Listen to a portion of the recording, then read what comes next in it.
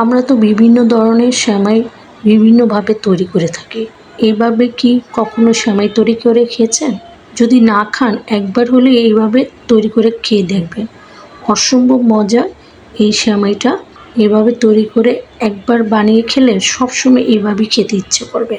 অনেক মজার একটা সেমাই তৈরি আজ করে দেখাবো। চলুন কথা না বাড়িয়ে তৈরি করা যাক। আসসালামু আলাইকুম, welcome to sweet and savoury channel. এখানে আমি লাল সেমাই নিয়ে নিয়েছি, একটু লম্বা যে সেমাইটা ওইটা। এখানে কোনো লাচ্চা সেমাই নিইনি, আর এটা লাচ্চা সেমাইতে মজা লাগে না, এটা নেবেন না। তারপর ওটাকে আমি ভেঙে পাশে রাখলাম। এখন আমি একটা ফ্রাই প্যানে 1 কাপের মতো গুঁড়ো দুধ দিয়ে দিলাম। এটাকে আমি 2 কাপ পানি দিয়ে ভালোভাবে গুলিয়ে নিচ্ছি। এখনও আমি চুলাটা জ্বালাই নেই, সব মিক্সড হয়ে গেলে চুলাটা জ্বালিয়ে দিয়েছি। এখানে আমি 1 টেবিল চামচের মতো চিনি দিয়ে ভালোভাবে ঘন করে নেব। এরকম ঘন হয়ে গেলে নামিয়ে নেবেন। আর ঘন হলে এটা ঠান্ডা হলে আরও ঘন হয়ে যাবে। এই লাবড়িটা বানিয়ে আপনি অনেক দিন রেখেও খেতে পারবেন, খুবই মজা। তারপর আমি একটা হাঁড়ির মধ্যে ঘি দিয়ে দিয়েছি 2 টেবিল চামচ মতো। সেখানে আমি যে সেমাইটা গুঁড়ো করে রেখেছিলাম সেটা দিয়ে দিলাম, দিয়ে ভালোভাবে ভেজে নেব। একটু ভাজা হয়ে গেলে এখানে আমি 2 টেবিল চামচের মতন গুঁড়ো দুধ দিয়ে দিলাম, দিয়ে এটাকেও আবার একটু মিশিয়ে নেব। মিশন হয়ে গেলে তার মধ্যে আমি দিয়ে দেব কনডেন্স মিল্ক। আর অবশ্যই এখানে কনডেন্স মিল্কটা দেওয়ার চেষ্টা করবেন। এই কনডেন্স মিল্ক দেওয়ার কারণে সেমাইটা একটু আঠালো হবে এবং ভালোভাবে শেপ দেওয়া যাবে, তাই অবশ্যই কনডেন্স মিল্ক দেওয়ার চেষ্টা করবেন। এখানে আমি 2 টেবিল চামচের মতন কনডেন্স মিল্ক দিয়ে দিয়েছি। আর মিষ্টিটা আপনারা বুঝে দিবেন যে যেরকম মিষ্টি খান।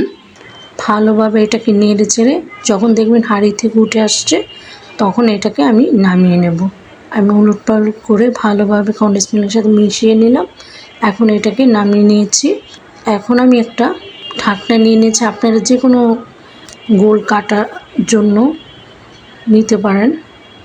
আর একটা ঢাকনার মধ্যে এটাকে চেপে চেপে আপনারা যে কোনো কাপের মধ্যেও করতে পারেন, সমস্যা নেই। আমি একটু ডোনাটের মতো করব, আপনারা এটাকে বাস্কেটের মতন করতে পারেন, সমস্যা নেই।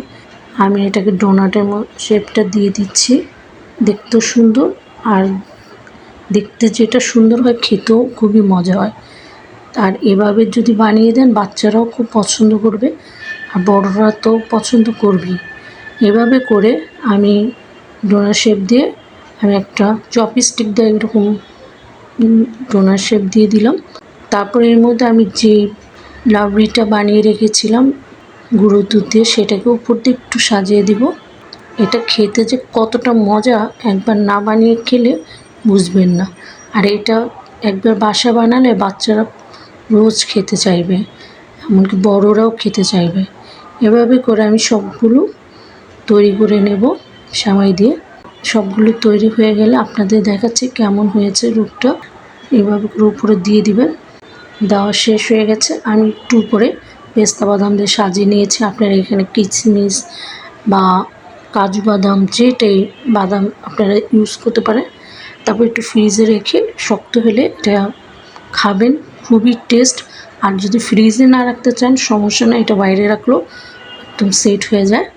এভাবে করে পাশের সবাইকে খাওয়াবেন আর আমাকে কমেন্টস করে জানাবেন কেমন হয়েছে।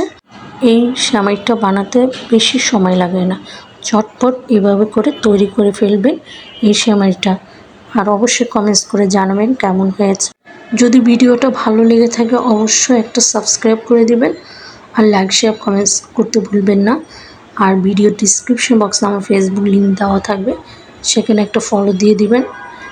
আজ এই পর্যন্ত, সবাই ভালো থাকেন, সুস্থ থাকেন, আল্লাহ হাফেজ।